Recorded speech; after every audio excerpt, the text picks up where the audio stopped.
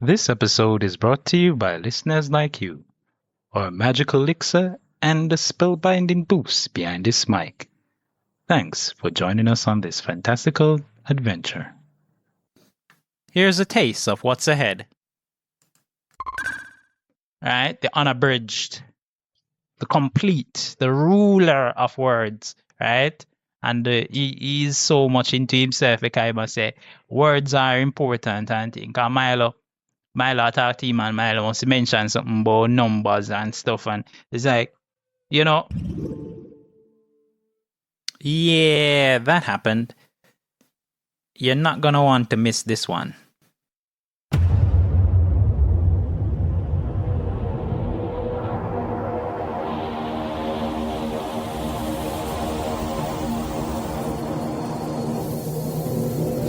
Prepare for warp speed as we embark on a voyage through the vast expanse of science fiction in movies and television series. From distant planets to alien civilization, we delve into the hearts of the unknown, unraveling the tales that have captured audiences for generations. Get ready to unlock the secrets of the universe on CodeFlix.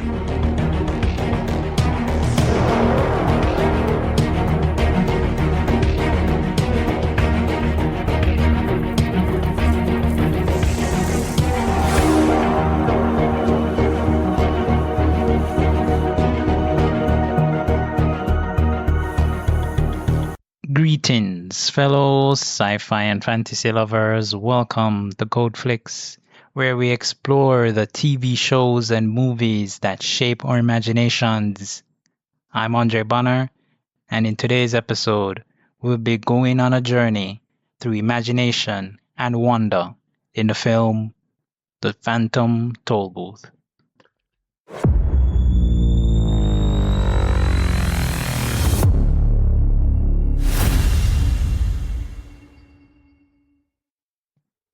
What if boredom could open a door to a world where words and numbers go to war? That's exactly what happens in The Phantom Tollbooth, a story that turns the ordinary into the extraordinary. My first introduction to this story came during high school summer reading sessions. I would often pick up different books to pass the time. Hardy Boys, adventure stories, and then one that truly stood out, The Phantom Tollbooth. I was hooked by its whimsical mix of wordplay, logic, and fantasy. Later, when I caught part of a film adaptation on cable TV, I was thrilled to see the story brought to life on screen. The film follows Milo, a boy bored with everyday routine of life, who suddenly finds himself transported into a magical world, the land of wisdom. Here, a strange but wonderful war rages between letters and numbers, giving life to abstract concepts we take for granted. Along the way, Milo meets quirky characters and faces trials that tests his perspective on learning and imagination. One of my favorite moments is when Milo literally has to eat his words, a scene that perfectly captures the cleverness of the story. What I loved most is how the movie stays true to the theme I cherished in the book, the power of curiosity, imagination, and seeing the world in new ways. It's both playful and thought-provoking, a story that makes you smile while leaving you with something to ponder long after it ends.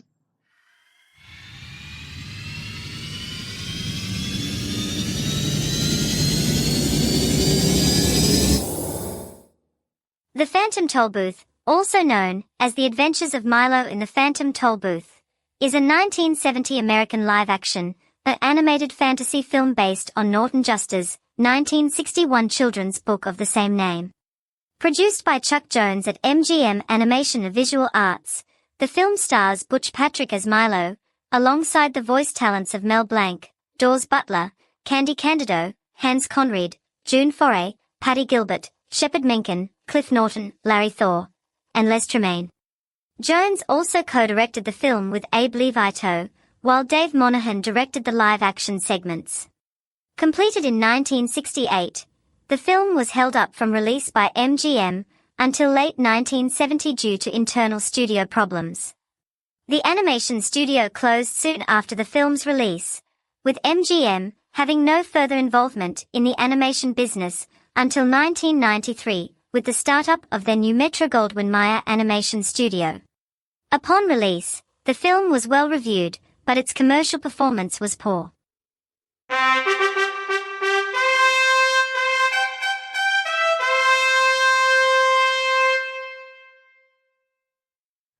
Step right up, don't be late. There's a podcast past the gate. It's not for money, it's not for gold, it's for the stories yet untold.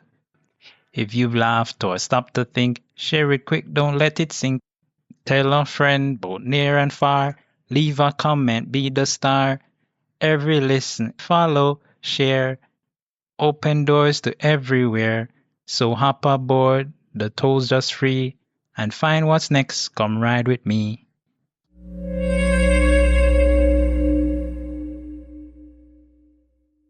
Milo is a bored boy who lives in a San Francisco apartment block and suffers from feelings of apathy. One day, while telling his friend over the phone that there's no rhyme or reason in his life, he is surprised by a large, gift-wrapped package that appears in his room. He opens it and discovers a toll booth, which is a gateway to the enchanted kingdom of wisdom in the lands beyond. As Milo uses the toll booth's toy car and pays the toll with coins, the movie moves from live action to animation, which requires some getting accustomed to. Accompanied by Tock, a watchdog, who actually has a large pocket watch in his body, Milo has a series of adventures in places like the Doldrums, Dictionopolis, Kingdom of Words, Digitopolis, Kingdom of Mathematics, the Mountains of Ignorance, and the Castle in the Air. Together, they must rescue the princesses of sweet rhyme and pure reason, who are being held captive in the castle in the air, and restore order to the kingdom of wisdom. The many eccentric characters they meet include the Weatherman, the Humbug, the Spelling Bee, the noisy Dr. Cacophonous A. Discord, King Azaz the Unabridged, the Mathemagician, faintly macabre the not-so-wicked Witch, Chroma the Great, and Officer Short Shrift, as well as demons like the Census Taker, the Terrible Trivium, the Demon of Insincerity, and the Gelatinous Giant. In all of the places he visits, he finds a new friend to guide him on his mission to rhyme and reason. After Milo defeats all the demons, the princesses are freed, and the victory of rhyme and reason is celebrated. Milo is suddenly returned home, the tollbooth closes up and flies away, and Milo finds out from his friend on the phone that he's only been away for 5 minutes. He is about to inquire further when his friend says he has to go, as there is a giant gift box in his room. The film ends with a song about Milo finding things to do and being happy within the real world, and shows him smiling while playing at a playground.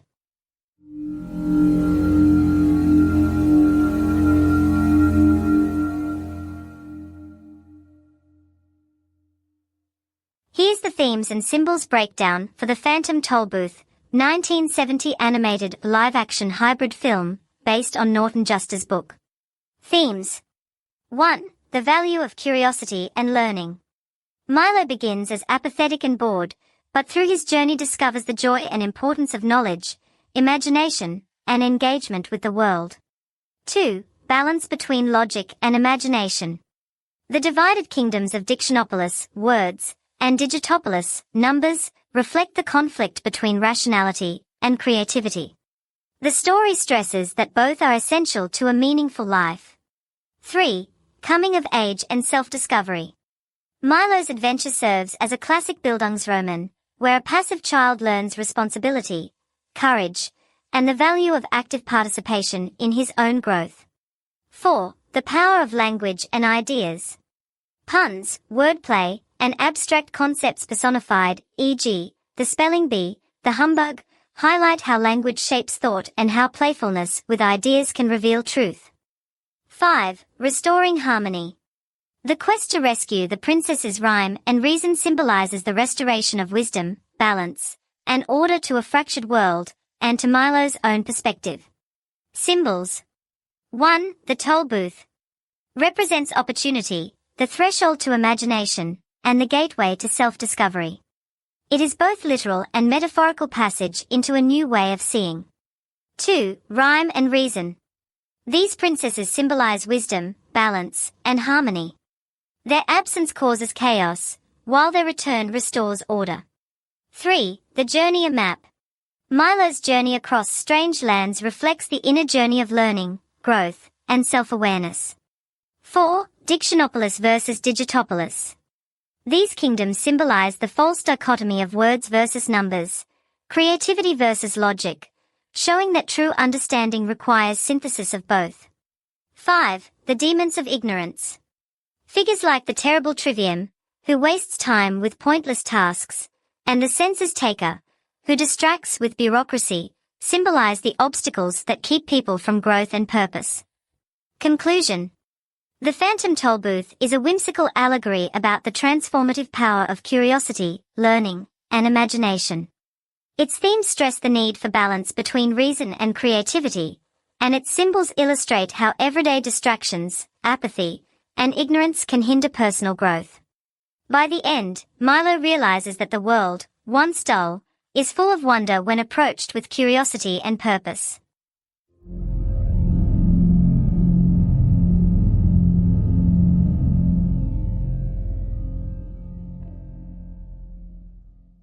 Here's a character analysis for The Phantom Tollbooth, 1970 animated a live-action film adaptation of Norton Juster's novel. The Phantom Tollbooth, 1970, character analysis. Milo, Butch Patrick live-action, Butch Patrick voice in animation.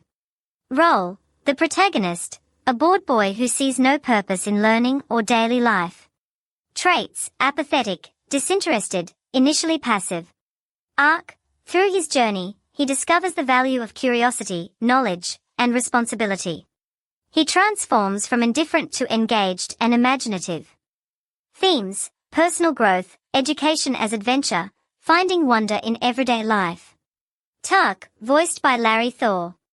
Role, the watchdog, literally a dog with a clock in his body, who becomes Milo's companion and guide. Traits, loyal, practical, protective, grounded in responsibility. Arc, serves as Milo's conscience, teaching him the importance of valuing time and using it wisely. Themes, time as a precious resource, discipline, guardianship. The Humbug, voiced by Les Tremaine. Role, a pompous, cowardly insect who joins Milo on his quest. Traits, overconfident, verbose, yet often wrong and unhelpful. Arc, provides comic relief and contrast to Tock's reliability. Though flawed, his bumbling often leads Milo to learn lessons through experience. Themes, folly of arrogance, the humor in human weaknesses. King Azaz the Unabridged, voiced by Hans Conried. Role, ruler of Dictionopolis, kingdom of words. Traits, passionate about words, argumentative, overly verbose. Arc, highlights the importance of language, but also its limitations when used without thought. Themes, power of words, communication, the imbalance of intellect without wisdom. The Mathemagician, voiced by Mel Blanc. Role, ruler of Digitopolis, kingdom of numbers. Traits, rational, precise, obsessed with numbers, dismissive of words. Arc, represents the opposite extreme of King Azaz, logic without imagination. His rivalry with Azaz sparks the conflict that Milo must help resolve. Themes, balance between words and numbers, reason and creativity. Rhyme and reason, voiced by June Foray. Role, the princesses exiled due to Azaz and the Mathemagician's quarrels. Traits, wise, balanced, embody harmony and clarity. Arc, their restoration symbolizes the need for balance and unity between different ways of thinking.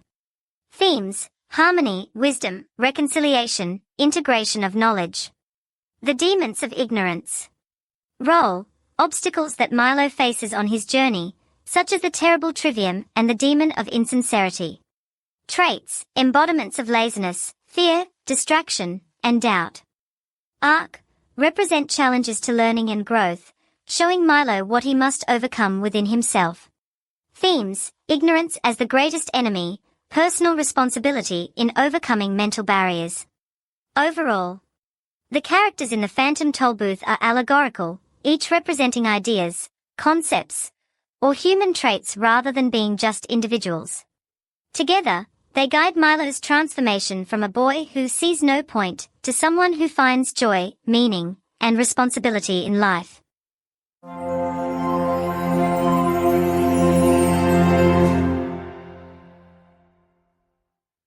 Directed by Chuck Jones, the legendary animator behind Looney Tunes, and live-action director Abe Levito, the Phantom Tollbooth production design reflects the transition from the mundane real world into a surreal, imaginative, animated universe.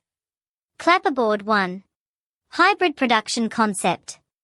The film begins in live action, following Milo, Butch Patrick, in late 1960s San Francisco. Once Milo enters the Tollbooth and drives into the fantastical world, the film shifts into full animation. This creative choice emphasizes the contrast between a dull, colorless, real world and the limitless creativity of the imagination. Cityscape #2. Live action sequences. Filming location. Shot around San Francisco, using drab, ordinary urban spaces to emphasize Milo's boredom. Set design. Milo's bedroom is cluttered but plain, neutral colors and sparse props to set up his dissatisfaction with life. The Tollbooth itself is an oversized, colorful, almost toy-like prop, designed to stand out in his otherwise ordinary environment. Artist Palette 3. Animated World Design. Animation Studio, MGM Animation Visual Arts, under Chuck Jones. Style. Classic Chuck Jones style, exaggerated characters, bold outlines, fluid animation. Surreal, playful backgrounds reminiscent of Looney Tunes, but adapted to literary allegory. Worlds and lands. Each location Milo visits is designed to embody abstract concepts. Dictionopolis. A kingdom of words, with market stalls selling letters and wordplay visualized in literal ways. Digitopolis. A geometric, number-driven world of order and calculation. Mountains of ignorance, dark, jagged, and oppressive, with grotesque monsters embodying laziness, fear, and dullness. Bust-in silhouette character and creature design. Tock the watchdog. A loyal dog with a giant clock in his body, mechanical parts animated in sync with ticking sounds. The Humbug. A pompous, overbearing insect in Victorian-style clothing. King Azaz and the Mathemagician. Designed as caricatures of language and numbers, visually contrasting excessive ornament versus stark geometry. The Demons of Ignorance. Surreal, grotesque designs inspired by symbolic traits, e.g., the terrible trivium with a faceless head. Multiple musical notes for music and sound design. Composer, Dean Elliott. Music mirrors transitions, drab and minimal in the live-action sequences, lively and whimsical in the animated world.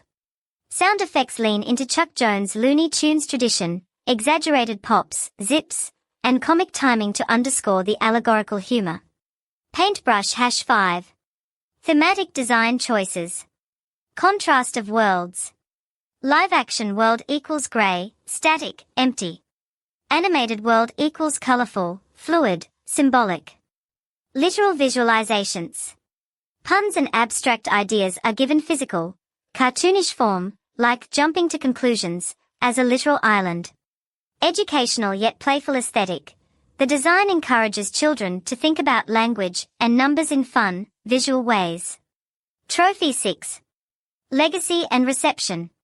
The Phantom Tollbooth struggled at the box office. MGM released it during its declining years in animation, but it gained cult appreciation for its creativity. The production design's mix of live action and allegorical animation makes it a unique entry in late 20th century children's cinema. Its influence can be traced in later hybrid films, Who Framed Roger Rabbit, Space Jam, and in how educational media use visual allegories to explain abstract ideas.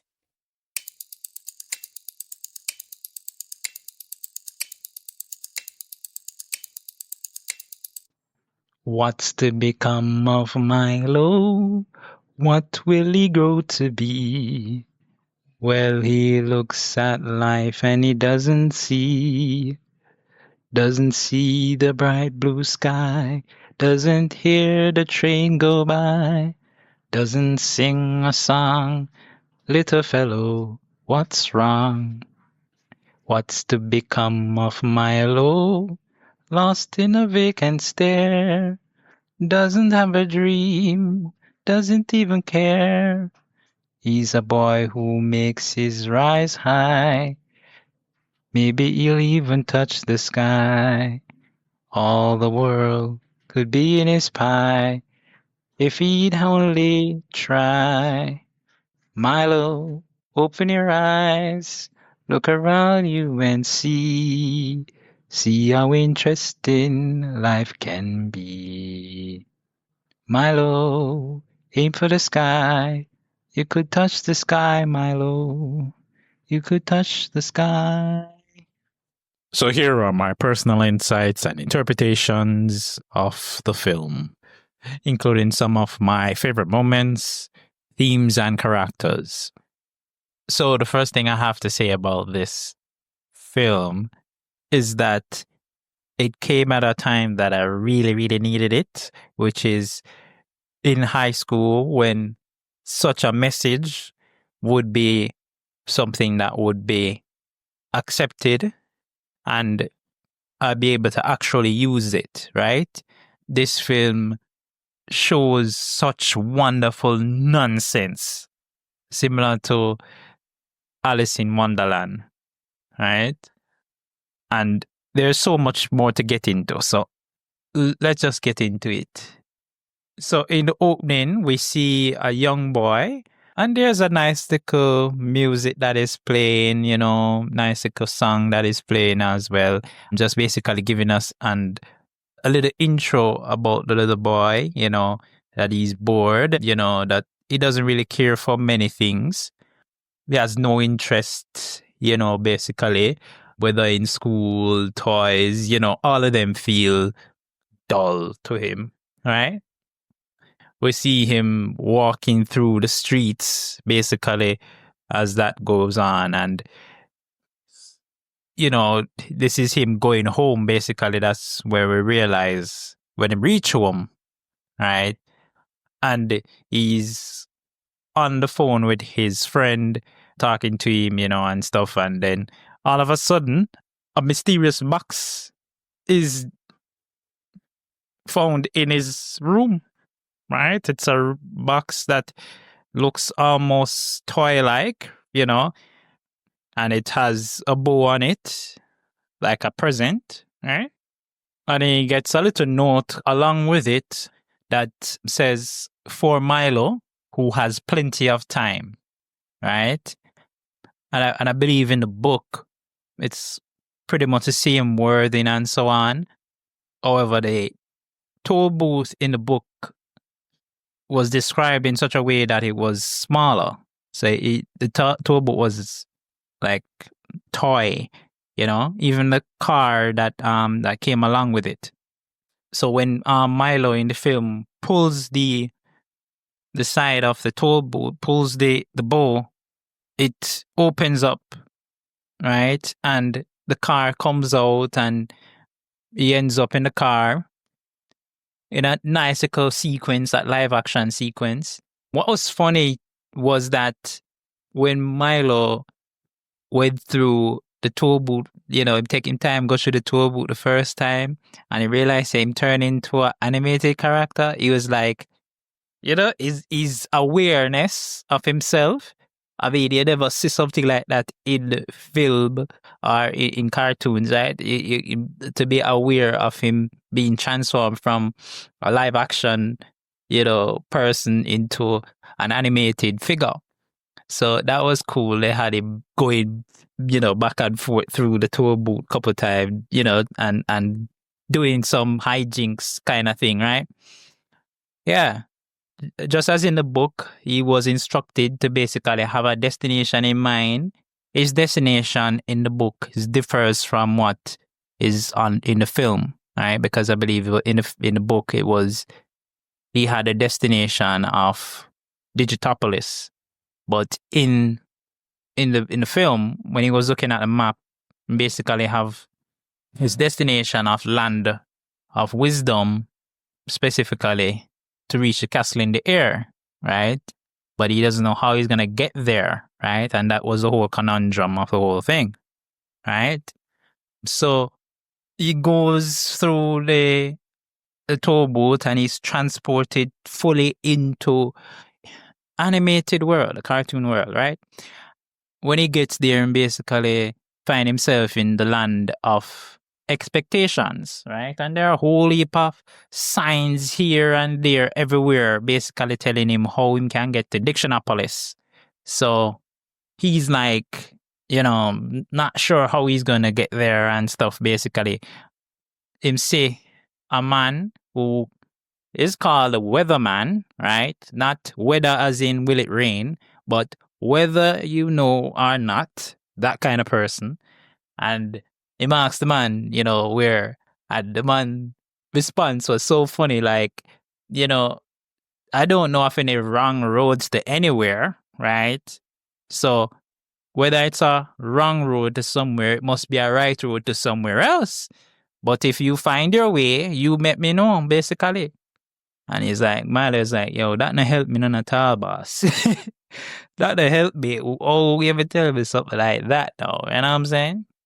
So Milo find himself after just pursue on, so him just have a push on and him just drive continuously, not knowing where he is going, right? Like many of us sometimes we find ourselves in a situation we don't know where we're going, but we just know so we are move forward, right? We just decide to move forward.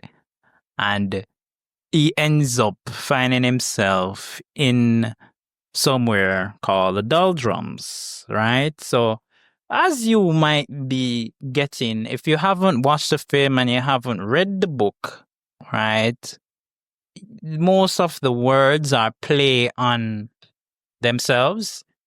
And, they're puns, some of them, but then they are playing on themselves, literally. Like the Doldrums is where you just go and you are dull.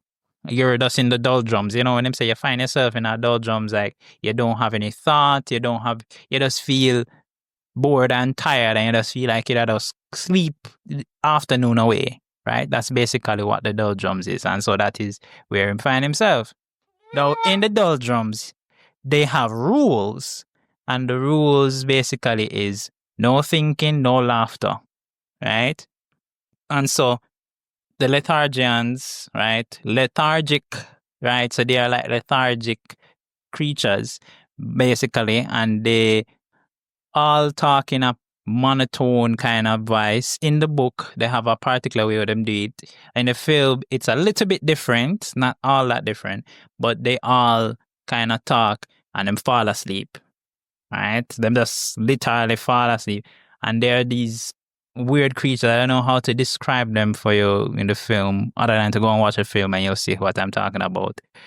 They seem to be like some blobby kind of creatures, and them keep like running like water kind of liquidy, and them just coming down. They just keep going down. They never stop, right? Yeah, and they basically entrap Milo in the Doldrums, make him not, make him obey the rules of the Doldrums, right? But at the same time, entrapping him there, basically, under their spell, basically. So, as Milo is there, he happens to get help from Tock, the watchdog, who comes there, finding him just sitting there, just not doing anything, and him saying, "What you doing?" Basically, and he realized I need help, right? Because this is not a good place for him to be, right? Milo tell him, say, "We're just killing time," and he's like, "Killing time?" So till Tock gets so alarmed that him clock because Tock has a clock in his pouch. It's almost like a pouch him have in the film. But the way it's described in the book, his actual body, like probably him head and him hand, him limbs are dog-like, but his body, the rest of his body is a clock face basically, right? So yeah, he ticking right off because like he's basically ticked off about what him just hear. And anyways, he might help Milo and he might say, Milo, let's think. And he might tell Milo to think about some stuff and some weird stuff and all sort of different things. He's like, no, it's like little James are like, no. But the fact say Tock came, they were a little bit startled and, scared because, it's a dog and him the woof woof from the bark. Yeah. This is the most craziest thing that I have to do on this podcast, guys. Just get it out there that, this is one of the most craziest things to describe, right? Even though it's film, but I'm thinking about how the book relates to it as well. But anyways, right? From Milo gets help from Tock and they get out of Doldrum, right? So they head on over to Dictionopolis. Before reaching, they meet upon Dr. Discord, right? I can't pronounce his first name so well. Cacophonous, I think, is his first name. Discord. And he's a doctor of dissonance. Okay?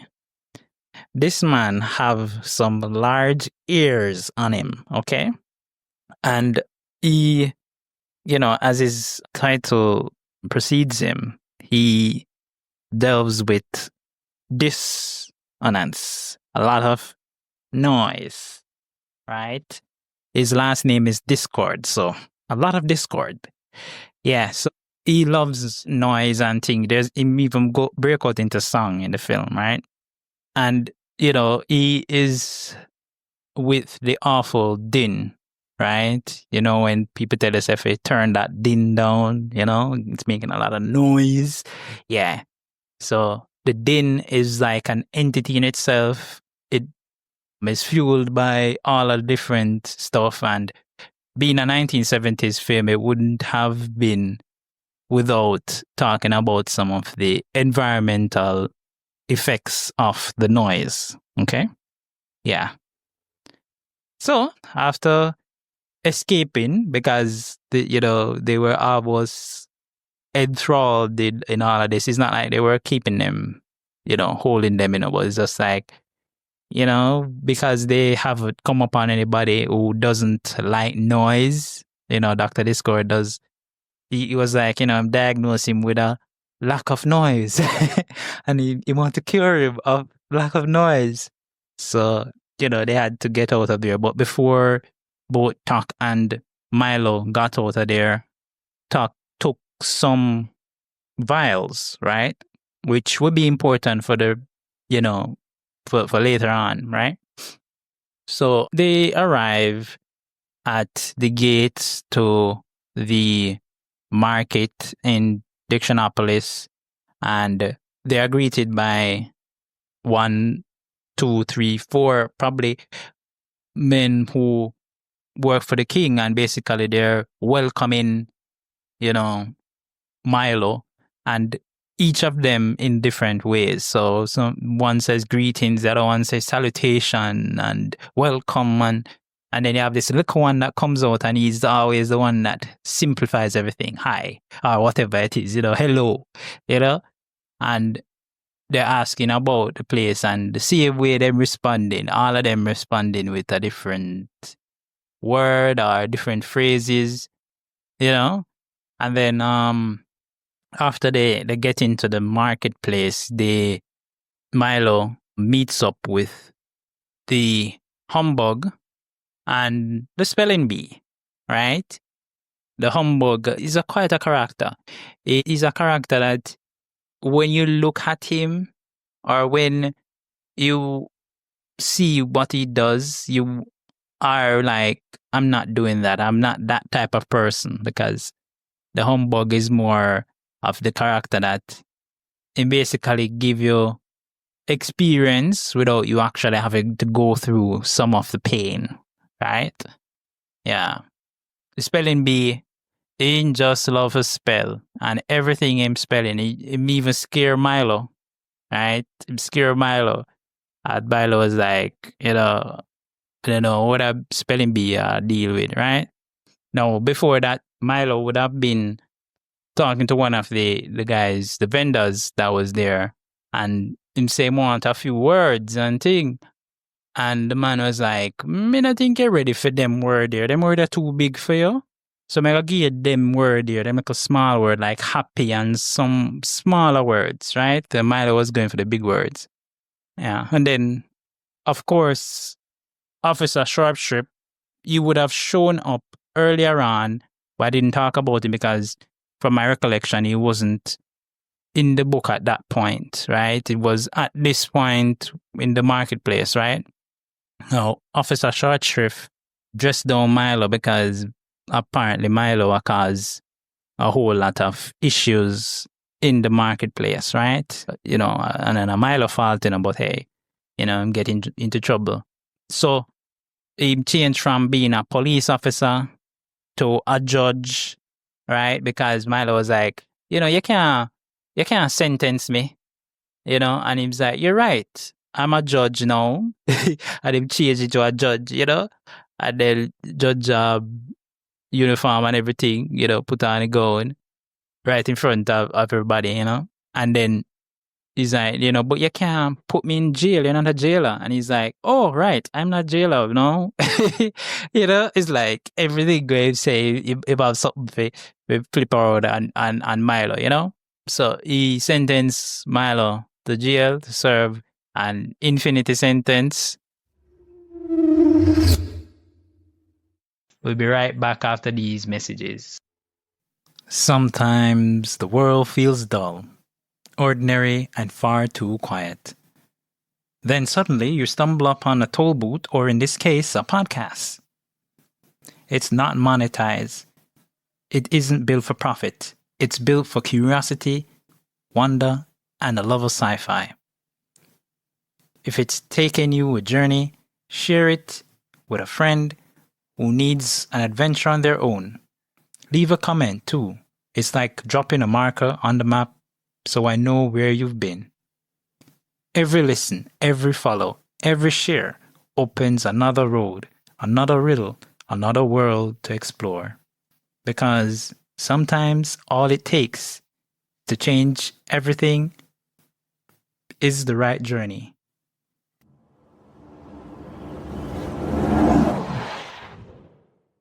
Milo and the Humbug and the Tock, they end up in jail and they meet with the macabre witch.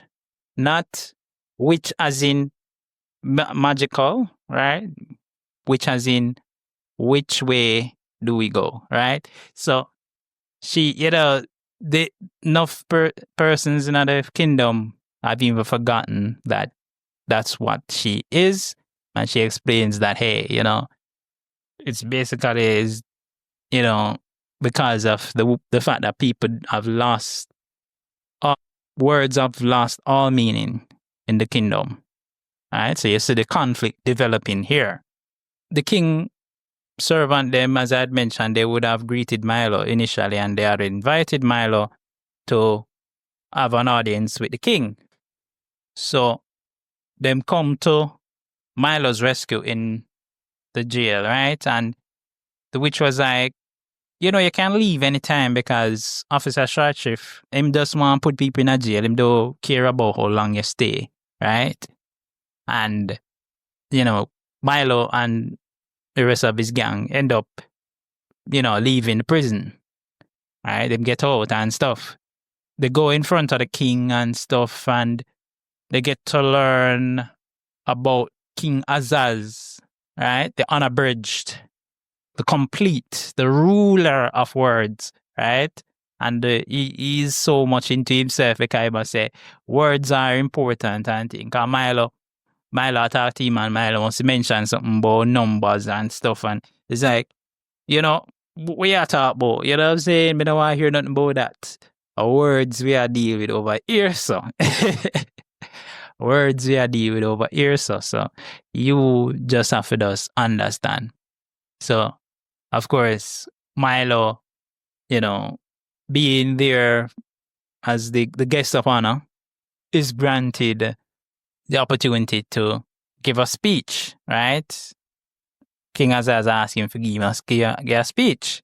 So Milo begins, nicely because him hear speeches before, so he's like, ladies and gentlemen, I would like to say, and the king cuts him short and say, that's enough, next. And everybody else now start talk about food. Everybody is like, mashed potatoes, collard greens, whatever it is that they want, right? So when everybody finished, the king now him one nice little platter him call out. I think him said something about salad soup or it's kind of French. I don't remember exactly what it is now, but yeah, he called out something nice that he wanted to eat. And so when everybody was done now and the king clap him hands and the servants then bring out what everybody ordered except that Milo didn't know that, right? So when Milo looked away, it just get ladies and gentlemen, this speech basically. And it is like he looked at the king and he's like, I didn't know I had to eat my words. I thought that was funny. I thought that was indeed funny because it's both a play on words and it's a literal meaning. It's like, in this place, you can't get a second chance, because if you mess up, you don't know. You just don't know, right? Ignorance is not an option here, right? So, of course, Milo, start asks about, why it is that, rhyme and reason, gone and thing. And it's like, boy, rhyme and reason, they were so nice and thing. When they but I like if they come back and thing. It's like, he said to King as I say, so, what if I can't get your brother to agree? And it's like, that's the mathematician of Digitopolis, right? And like, me not think so. I'm not gonna agree. No way. Right? Because we'd never agree on anything. So Milo is like, interesting. Right? So, everybody start bid them a do one thing, and the king give him one pouch with stuff, and him said, these are all the ideas, the words that I know. Right? Good thing to give him, basically arming him for his adventure. So Milo leaves the kingdom of the land of Digitopolis. And when in the book, basically, he would have left and he would have gone on a journey through different places before he end up coming upon the dodecahedron, which he does in the film. So he meets the dodecahedron, which is a 10-sided facing figure, right? And basically, it asks, who is he, right? And he's like, I'm Milo. And it was, it was asking, whether every one-sided face figure is called Milo. You know what I'm saying? So, it had some puzzles, if you want to call it, that Milo had to solve in order to get past because they reached the numbers mine, and the only way through is for him to solve those. Milo was able to solve well, and so he gets through and he finds himself in the kingdom of Digitopolis. He meets the king, who is the mathematician, and he's a ruler of math and measurement, so everything must be precise with him, and thing and whatever. And so, him definitely agree about the same things that Azaz would have agreed about, but they disagree, right? Whenever they need to. So Milo uses that to his advantage. And him say, what if we can find something that you both agree on? It's like, no way, you can't find nothing, right? And if you can't find it, then I will help you. Milo says, you both disagree, right? So whatever you agree with, he disagrees. Whatever he disagrees with, you agree on. So that means that you both agree to disagree. You know what I'm saying? If only many leaders realize that in conflict, that is, what happens many times, right?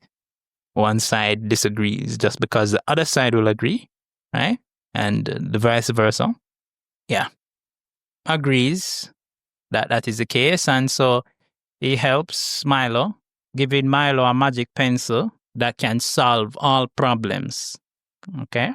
So Milo gets what he needs to, go. Now, as I'd mentioned in the book, Milo would have stopped by Alec Bing's, right? And the conductor that, don't remember his name right now, who he conducts the day and night orchestra. So basically, in the film, he meets upon him and they see him conducting the sunset. And when he conducts the sunset, Milo was very intrigued. He wanted to try to conduct sunrise without his help. So when he gone to sleep, Milo go up there, gesturing in the same way where him see the conductor was doing, and end up messing it up everything. So the sky changed, the color and everything, and Milo could not fix it. Right? So they had to eventually just give up. Tock tell him, say, we are running out of time. Tock has always been the one to hint at Milo whenever he realized that things are take too long. So he's like, Milo, let's go. Time, you know what I'm saying? That way. So they end up coming to the mountains of ignorance. And they meet up on the first demon, because there are demons in the mountain of ignorance. They meet up on the census taker. Now the census taker, him come and him ask one whole of a question like, where were you born? When this and that, your age, your birth, whatever, how do you look, whatever, right? And it's like, Milo's like, why you need to know all of this? You don't need to know all of this. Why me have to tell you every single thing? And he's like, we need all of this information before I take your senses. No, tell me so and so and so. And him keep asking questions. And Milo refuse to continue with it. And he's like, all right, since you don't want to tell me, may I go take your senses them? No. So Milo, Tock, and Humbug, them have to rush out quick. Right? And they continue onwards through the mountains. They meet upon another demon at the time, and probably didn't realize the terrible trivium, right? And basically what he does is that he give you some meaningless and never-ending repetitive tasks, right? So him give one of them a spoon and tell himself a move heap of sand from one location to the next, right? And give someone else one tweezer for dig down, must say one stone or one wall or something like that, right? And those kind of tasks which don't make no sense. Yeah, do those. What is the end goal of it? So, Tock in the movie, he is the one that was like, no, this don't make no sense. And think, Milo, we shouldn't be doing this. Milo agrees. And the whole of them, they end up leaving, running away from the terrible trivium, right? And them run, and as them are run, they hear a voice, friendly at first, telling him, hey, come here, turn there, jump over that. And they end up find themselves in a spot, in a one deep hole. When you take it out, it's the demon of insincerity, right? And him, he fooled everybody. Milo was like, you fooled us, but now we know what you're up to and thing. And it's like, yeah, well, and he start describe how, big and bad him is and all of this thing and start making noise and growl. And when Milo take time and climb up out of the hole, he saw that the demon of insincerity was this very miniature, minute little thing. And his bark was just all that bark. It was just nothing behind it. So they all were able to escape from him now, and they were continuing on, and they saw the castle in the air in sight, and they were so close. And all the demons them start come after them. The Targians, the terrible trivium, the demon of insincerity, all of them start to entrap them. And they had some help from the weatherman, who apparently was around, right? So Milo was able to escape and reach to rhyme and reason and the castle in the air. And when he reached, rhyme and reason said to him, say, what took you so long? And he's like, what? You know me?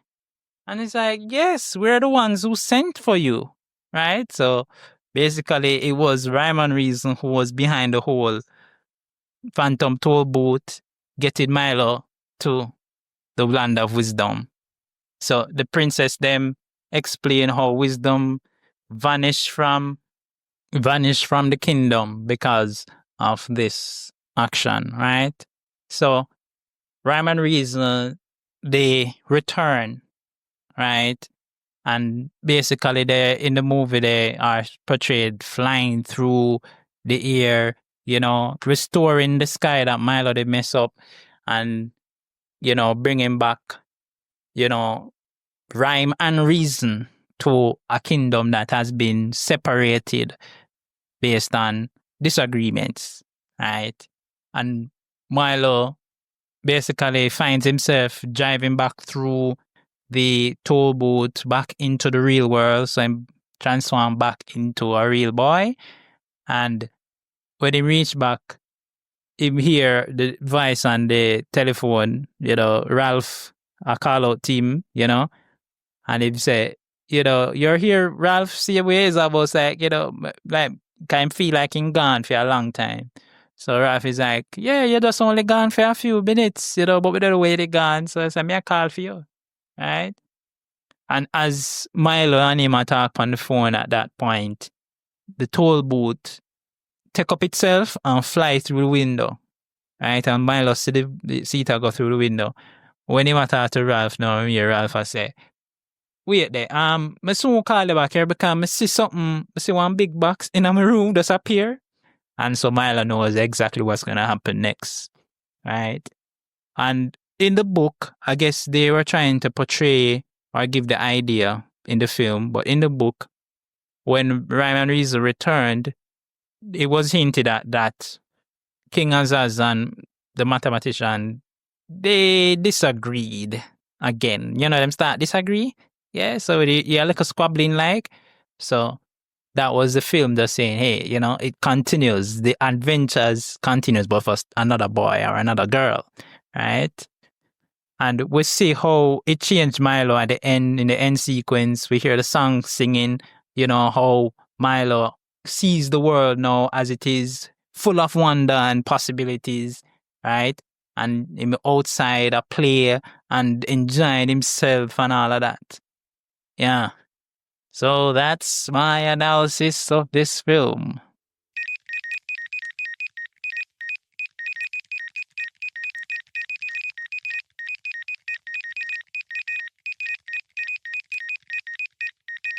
So here are my theories about unresolved mysteries and some plot points. So I guess the biggest thing that I can say about this film is that it's an adventure in education, right? Education is the adventure, right? So the biggest theory is about the allegory, growth, and education, right?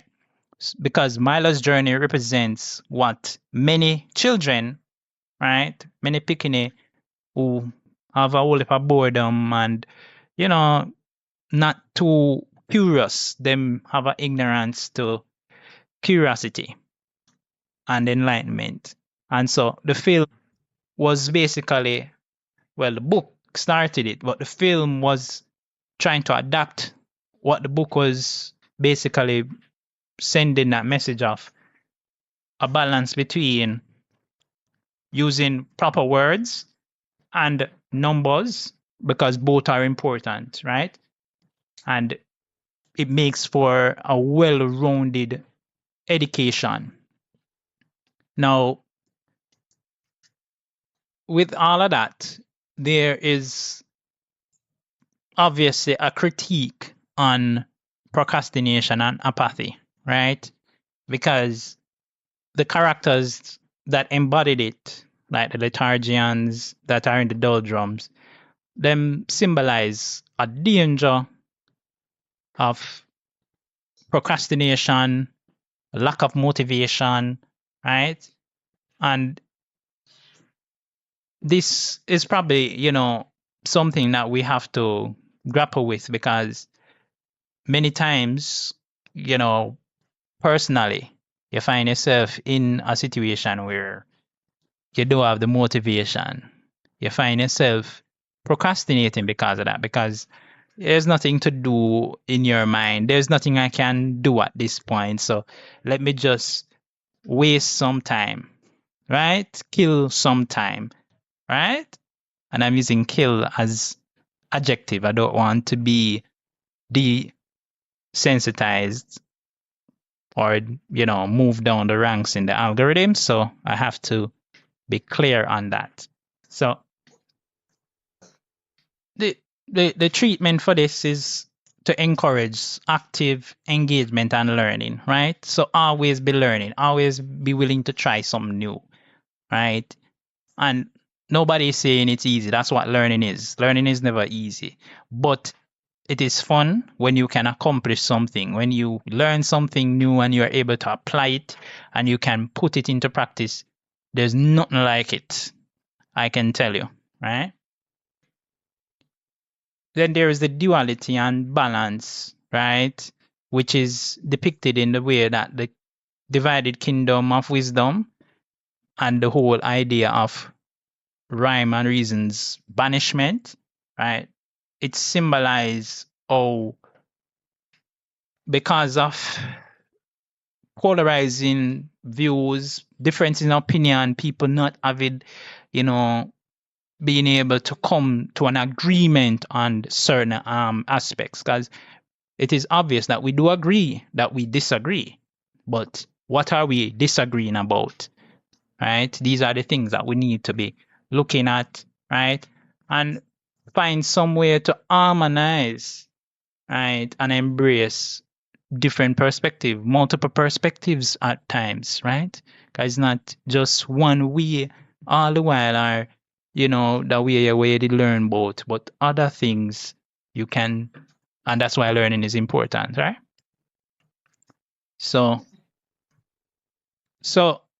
the big metaphor of childhood imagination and discovery comes with the Tollbooth itself, because it is portrayed as a gateway to imagination. That's literally what it is.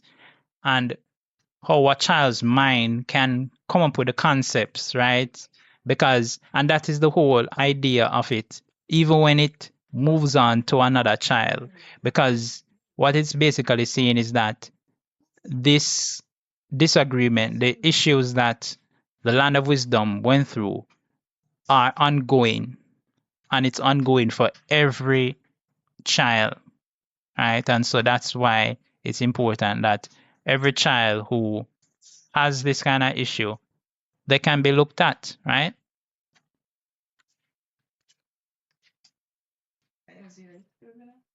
I agree that it is something that will take time, but in many instances, all it comes down to is to have the capacity to communicate and to communicate effectively, right? So there are some plot questions and unresolved mysteries that also linger, right? The nature of time. And while Milo would have gone through all of what he would have gone through, right? He returns to his room having felt like it lasted for weeks, but it was actually over the course of a few minutes, as would have been hinted at, right? And there is also and I guess it stems from the amount of time that everything was condensed into in the film from the book, because Digitopolis didn't get much of a focus, right? So we know that in the Kingdom of Wisdom, there are Dictionopolis and Digitopolis, and the whole message of the film is that both numbers and words and letters are important, but Digitopolis doesn't get much of an exploration. Its inhabitants are less explored, right? And it doesn't seem like we get a lot, out of it, and that might have been the one thing I can fault this film for. And then the final thing would be the fate of the kingdom after Milo has gone through his quest. Because the ending does imply that the conflict does continue, right, between words and numbers, and that it is ongoing, right, because the kings start to argue again. And it shows that there is a cyclical battle, of wisdom. Just like in reality, there is a battle with understanding the facts, because some people won't trust numbers. They won't trust certain things that are said, words that are said. And as you know, listening to this podcast, it's not always about putting forward everything as it is, but also as it could be. Probably get into a state where we can properly identify when something is false, when something has been sabotaged in such a way that it might sound illicit, but it's not. So please share your favorite moments or theories. Drop them in the comments.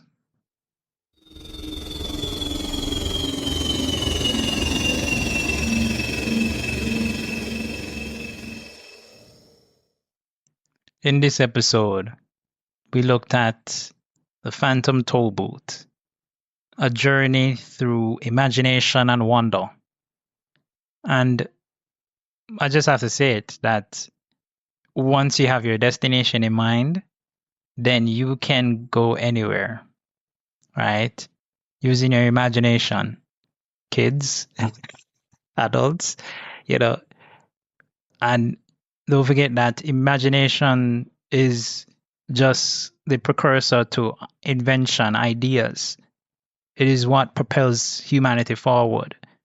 In so many ways, scientific discoveries would not have been discoveries without someone first imagining that this was something, right? And then going and doing the work, getting themselves educated, going on that adventure to learn about all the things that we now come to hold as the things that we come to hold. But also want to make it clear that we are in a society that depends upon constant feedback of information, especially with the internet and the way how we are using our smart devices. And so it's very important that we be able to properly assess whatever information that we're taking in and not let our imaginations drive us to places where we shouldn't be going, right? You have a place now where people cannot even think about doing certain things because somebody decided that wasn't within what they wanted or they were looking forward to. And because of that, it has broken so many social and perhaps domestic laws. But there's a light at the end of the tunnel because at least there are persons like myself and others that endeavor to do the work of engaging and pushing out the content that is important to driving the change to make ourselves a reflection of what we expect to be. We can't take this thing lightly that things will change because if we don't push back, if we don't try to do the due diligence of making sure that things are proper and straight, then things are going to go down and down and down. And that's why education starts at the home, how we train our children, and how we facilitate their education and their learning. Because there are many things we are not going to be able to teach our children directly, but they will be able to use the mold or that template that we can give them. We can help them to form opinions based on facts and not on opinions, and not to be the ones pushing narratives that aren't tried and tested and clearly false information. That is what we have to be battling. And that is what we're going to continue to battle. So continue to subscribe and follow this podcast because it's very important to the algorithm, especially nowadays. At the time of recording of this podcast, I can tell you there are a lot of content creators out there that are having issues on all the social media apps because of whether the algorithm is being way too strict or way too lenient with certain things. And the only way things are going to change is if persons can hear and can recognize what is happening. So that's why I'm here to tell you that it's important that you share the podcast, because you don't know who it is that will be impacted by the message of these podcasts, right? And other content that you find, because it is important that people are helping others one step at a time. I help you, you help me. So continue to ensure that you engage with your content creators and let them know that you're there.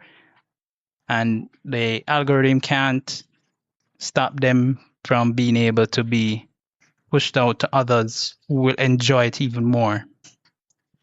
That is it.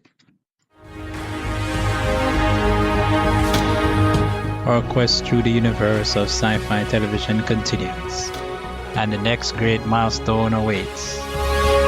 2,000 downloads. Your support is the force that fuels this journey. Share, follow, and let your voice echo through the stars.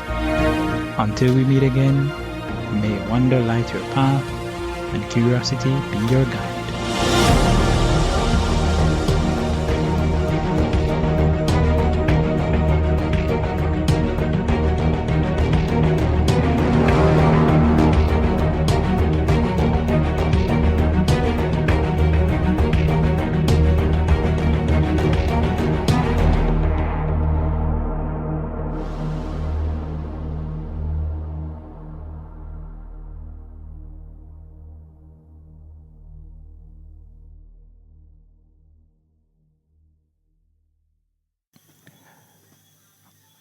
This content is CAN credentialed, which means you can report instances of harassment, abuse, or other harm on their hotline at 617-249-4255 or on their website at creatoraccountabilitynetwork.org.